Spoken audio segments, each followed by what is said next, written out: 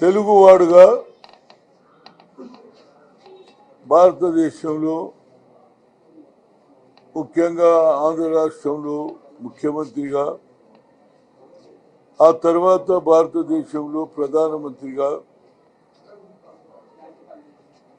పనిచేసినటువంటి వ్యక్తి, ఆర్థిక విప్లవం చేసినటువంటి వ్యక్తి, తెలుగువాడుగా ఇవాళ ఆయనకు కేంద్ర ప్రభుత్వం భారతరత్న ఇవ్వడం చాలా సంతోషం. తెలుగువాడు కూడా, ఎందుకంటే చదువుకున్న వ్యక్తి,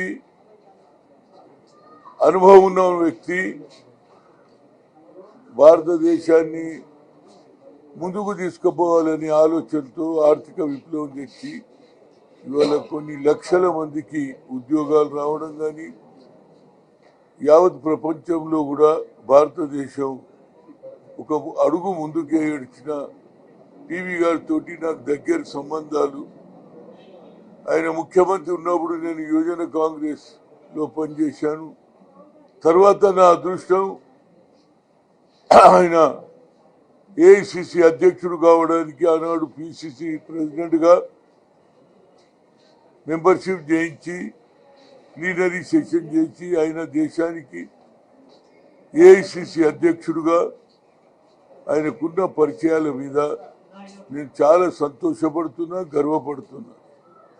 ఎందుకంటే ఎన్నో రోజుల నుంచి ఒక ఆశ ఉండే, దక్షిణ భారతంలో ఒక వ్యక్తి ఇంత మంచి పనులు చేసినా ఇవాళ దాని గుర్తింపు వచ్చిందని, ఏదైనా ఆలస్యమైనా ఇవాళ నాకు చాలా సంతోషం ఉంది. తెలుగువాడుగా నేను గర్వపడుతున్నా. అదేవిధంగా కర్పూరి ఠాకూర్కు కూడా భారతరత్న ఇవ్వడం, ఒక బీసీ నాయకుడుగా 2 సార్లు ముఖ్యమంత్రి చేసినటువంటి వ్యక్తికి అది కూడా నాకు బాగా సంతోషం ఉంది.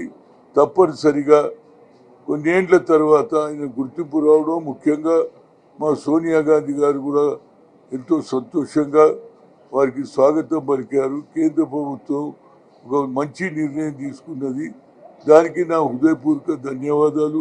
అదేవిధంగా స్వామినాథన్ను జో ఇవాళ అగ్రికల్చర్గా రీసెర్చ్ చేసి వ్యవసాయ రంగానికి ఒక వెన్న తెచ్చినటువంటి వారికి, అదేవిధంగా చరణ్ సింగ్కు, ఈ విధంగా మరి అద్వానికి కూడా ఇవ్వడం జరిగింది. ఏదైనా పివి నరసింహారావుకి ఇవ్వడం నాకు చాలా సంతోషం. తప్పనిసరిగా ఆయనతో పనిచేసిన వ్యక్తిగా ఆయన అడుగుజాడల్లో నడిచి తప్పనిసరిగా ఆయనకు ఏఐసిసి అధ్యక్షుడు కావడం, నంద్యాల నుంచి నిలబడడం, గెలవడం, అదేవిధంగా తిరుపతిలో ప్లీనరీ సెషన్ చేసి ఏఐసిసి అధ్యక్షుడిగా పనిచేసి యావత్ ప్రపంచంలోనే పివి నరసింహారావు తెలుగువాడుగా ఒక మంచి కార్యక్రమాలు చేసి దేశానికి అభివృద్ధి చేసిన వ్యక్తికి నా హృదయపూర్వక ధన్యవాదాలు. అదేవిధంగా ఆయనకు భారతరత్న ఇవ్వడం చాలా గర్వపడుతున్నాను అనేది నా ఉద్దేశం. Thank you.